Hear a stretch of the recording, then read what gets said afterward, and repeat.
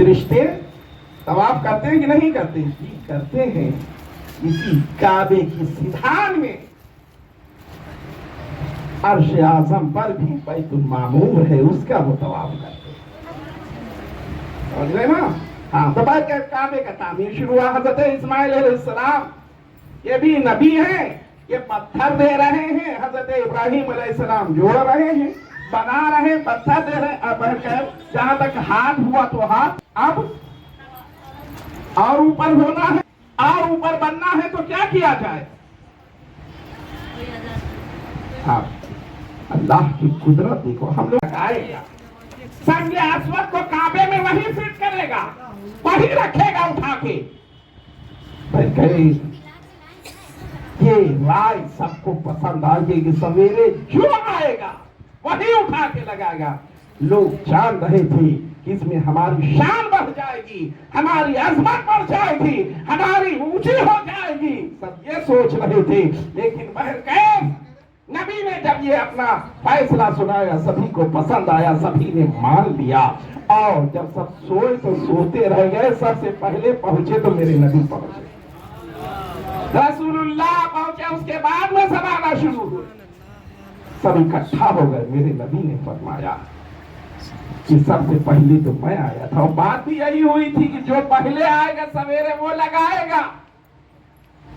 لیکن میں چاہتا ہوں کہ سب کا ہاتھ لگ جائے. ایک چادر لاؤ. ایک چادر لائی گئی، سنگ اسود کو اس میں رکھ دیا گیا، اور سارے قبیلے کے سرداروں سے کہا گیا کہ تم سب کونے پکڑ پکڑ کے اٹھاؤ. سب نے چاروں طرف سے چادر اٹھائی، اور جب اوپر اٹھ گیا تو میرے نبی نے پتھر لے کے کعبے میں نصب کر دیا. پتا چلا کہ سرکار صلی اللہ تعالیٰ علیہ وسلم فتنہ مٹانے کے لیے تشریف لائے تھے، فتنہ پیدا کرنے کے لیے نہیں لائے تھے. ورنہ وہ عرب کا معاملہ تھا کہ جو ہے خون کا بدلہ خون ہوا کرتا تھا، خون کا بدلہ خون لیا جاتا تھا، نسل در نسل جنگیں کیا کرتی تھی. وہاں کا یہ دستور تھا، وہاں کا یہ معاملہ تھا. لیکن میرے نبی نے خون خرابے سے لوگوں کو روک لیا اور نصب کروا دیا. چاروں طرف سے پکڑو. سمجھ میں بات آ رہی نہیں آ رہی؟ ہاں. حضرت عمر کا زمانہ، حضرت عمر امیر المومنین، حضرت عمر رضی اللہ تعالیٰ کعبے کا طواف کر رہے ہیں. کھڑے ہوئے، کہا ہے سنگ اسود تو پتھر ہے پتھر. اے سنگ اسود تو پتھر ہے پتھر. اگر تجھے میرے نبی نے چوما نہ ہوتا تو میں تجھے نہ چومتا. میرے نبی نے تجھے بوسہ دیا ہے، نبی کے لب لگے ہیں، اس لیے میں چوموں گا. تو پتھر ہی ہے، نہ تو فائدہ دے سکتا ہے نہ تو نقصان پہنچا سکتا ہے. مولا علی پیچھے سے کہا اے عمر یہ فائدہ بھی دے سکتا ہے اور نقصان بھی پہنچا سکتا ہے. ایک کیا ہزاروں جان قربان ہے اس پر. سوچا ان سے تو کام نہیں بنے گا. آگے حضرت ابراہیم علیہ السلام کے ذہن میں بات ڈالنا شروع کیا. کہا اے رب کا حکم کر رہے ہو. ہماری سوچ کیا ہے؟ اللہ نے سارے نبیوں میں سب سے افضل و اعلیٰ میرے آقا صلی اللہ تعالیٰ علیہ وسلم کو بنایا. نبی نہیں، نبیوں کا سردار بنایا ہے، رسولوں کا سردار بنایا ہے. اور نبی کے امتیوں جیسے نبی سب سے افضل نبیوں میں ہے، امتی بھی سب سے افضل امتیوں میں ہے. یہ میرے آقا صلی اللہ تعالیٰ علیہ وسلم کی امتیوں کی شان ہے. ارے جب سلیمان مدینہ منورہ میں ایک روایت میں نے پڑھا تھا بات پہلے کی، سرکار صلی اللہ تعالیٰ علیہ وسلم کے امتی تمام اولیاء کرام جمعے کے دن فجر کی نماز مسجد نبوی میں جا کے پڑھتے ہیں. ٹھیک نا؟ سوچتے ہو کہ یہاں بھی رہتے وہاں بھی رہتے. سرکار غوث پاک کا واقعہ نہیں سنا؟ سرکار غوث اعظم رضی اللہ تعالیٰ عنہ 70 مریدوں کے گھر افطار کیا ہے کہ نہیں کیا ہے؟ ایک ہی دن میں 70 کے وہاں. ارے غوث اعظم نے کہ تو غلام کیا دے، 2-4 جگہ نہیں جا سکتے کیا؟ جب آقا 70 جگہ تشریف لے جا سکتے ہیں تو غلام 2-4 جگہ تو جا ہی سکتے ہیں. کتنا بھی جو ہے مقام و مرتبے میں رہے غوث اعظم سے نیچے، لیکن پھر بھی ہے تو وہ ولی اللہ. تو اللہ کے ولیوں کے بارے میں, اللہ کے مقبول بندوں کے بارے میں ہم نبی اور یہ درود پاک آخری بات بتائیں گے. اللہم صلی وسلم علی سیدنا و مولانا محمد الوسیلۃ للجوان بارک وسلم. الصلاۃ والسلام علیک یا رسول اللہ صلی اللہ تعالیٰ علیہ وسلم. حج کے ارکان کو ادا کیا گیا, حج کیا گیا, حج کر کے مدینہ منورہ کا سفر کیا, روضہ رسول پر حاضری دی. میرے نبی بدنصیب نے لکھ مارا ہے کتاب میں کہ جو یہ نیت کر کے جائے کہ نبی کے روضے پر حاضری دینے جا رہے ہیں, تو جو ہے وہ اس نے کیا کیا شرک کیا ہے نا, کہ نبی کے روضے پر یہ نیت کر کے. اب بتاؤ نبی کی مزار پہ جانا جائے شرک ہے, تو 14 درویش میں آنا کیا ثواب ہے کیا؟ پھر جب نبی ہی کی مزار پہ جانا شرک ہے. ارے میرے نبی نے تو ارشاد فرمایا جس نے میری قبر کی زیارت کی میری شفاعت واجب ہو جائے گی. آدھر مارے بہر بنائے, ادجل کا گری چھل کر جائے, نہ خود تھے راہ پہ اوروں کے ہادی بن گئے. ٹھیک ہے جی, جس کو بیچارے کو کچھ نہیں معلوم اس کو سمجھائے رہتے ہیں. میں بتانا یہ چاہتا رسول اللہ نے ارشاد فرمایا آج کی مانند ہے کسی ایک کی اتباع کر لو گے کامیاب ہو جاؤ گے. حضرت ابو ایوب انصاری رضی اللہ تعالیٰ کہ وہ تھے مدینہ منورہ میں سرکار تشریف لائے, مہمان اور زیارت کرنے والوں کی لائن لگی ہوئی تھی. سوچا کہ نیچے والی منزل میں رسول اللہ کو ٹھہرا دیں کہ آسانی سے آئے جائیں گے. اوپر والے عربے جس کے اگر زیادہ آنا جانا کسی پیر صاحب کا ہوگا, کسی حضرت کا ہوگا, تو اوپر تھوڑی بتاتے کہ کوئی آئے تو ہٹو بھیا ہٹو, عورتیں اندر جائیں بھائی نکل رہے ہیں. پھر عورتیں ہٹے اندر آ رہے ہیں, ہٹو بچو کب تک ہوگا, کب تک ہٹو بچو کرے گا. تو نیچے اسی لیے ٹھہرا دیا رسول اللہ کو کہ نیچے تشریف فرما رہیں گے میرے آقا, جلوہ فرما رہیں گے, لوگ آئے جائیں گے, کوئی دقت نہیں. اوپر والے اوپر, گھر والے اوپر رہیں گے, کوئی مسئلہ نہیں. سب تو رہا ٹھیک, دن بھر تو گزر گیا. لیکن جب بستر لگا سب لیٹنے کی باری ہے, حضرت ابو ایوب انصاری رضی اللہ عنہ اوپر, جب گھر والے تو آپ بھی اوپر ہی, اور جب لیٹے بستر لگا اوپر 2 منزلے پر, جب لیٹے تو اٹھ کے بیٹھ گئے, اور ساری رات بیٹھے رہے. سویرا ہوا تو کہا یا رسول اللہ آپ اوپر تشریف لے چلے. کہا نہیں نیچے ٹھیک ہے. کہا میرے آقا نہیں, آپ اوپر تشریف رکھے. کہا دقت ہوگی, گھر والوں کو پریشانی ہوگی. کہا یا رسول اللہ چاہے جتنی پریشانی ہو, لیکن یہ نہیں ہو سکتا کہ غلام اوپر رہے اور آقا نیچے رہے. ساری رات بیٹھ کے میں نے جو ہے اسے ہی گزار دیا یا رسول اللہ, میرے آقا نیچے تشریف فرما ہے, غلام اوپر کیسے ہو سکتا ہے؟ غلام ہمیشہ نیچے رہتا ہے. اور یہی ہمیں سبق ملا ہے کہ قدموں میں ہی بزرگوں کی اپنی عافیت ہے. یہی وجہ رہی ہے کہ نبی اوپر تشریف رکھتے تھے, غلام نیچے تشریف رکھتے تھے, صحابہ کرام نیچے بیٹھا کرتے تھے. یہ ہمیں یہ ہے حضرت ابو ایوب انصاری رضی اللہ تعالیٰ, یہ ہے ان کا معاملہ. بیٹھ گئے میں شہنشاہ مدینہ صلاۃ و سلام, زینت عرش مولا الصلاۃ و سلام, میں شہنشاہ مدینہ الصلاۃ و سلام. مومنوں پڑھتے رہو تم اپنے آقا پر درود, مومنوں پڑھتے رہو تم اپنے آقا پر درود. ہے فرشتوں کا وظیفہ الصلاۃ و السلام, ہے فرشتوں کا وظیفہ الصلاۃ و السلام.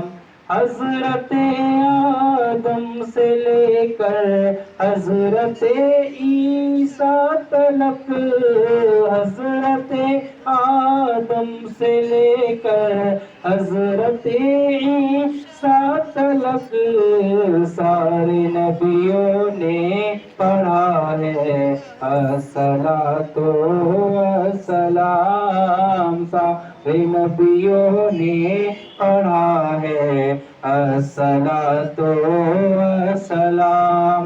میں وہ سنی ہوں جمیلے قادری مرنے کے بعد, میرا لاشا بھی پڑھے گا الصلاۃ والسلام، میرا لاشا بھی پڑھے گا الصلاۃ والسلام، شہنشاہ مدینہ الصلاۃ والسلام، زینت عرش معلا الصلاۃ والسلام، یا نبی سلام علیکہ، یا رسول سلام علیکہ، یا حبیب سلام علیکہ،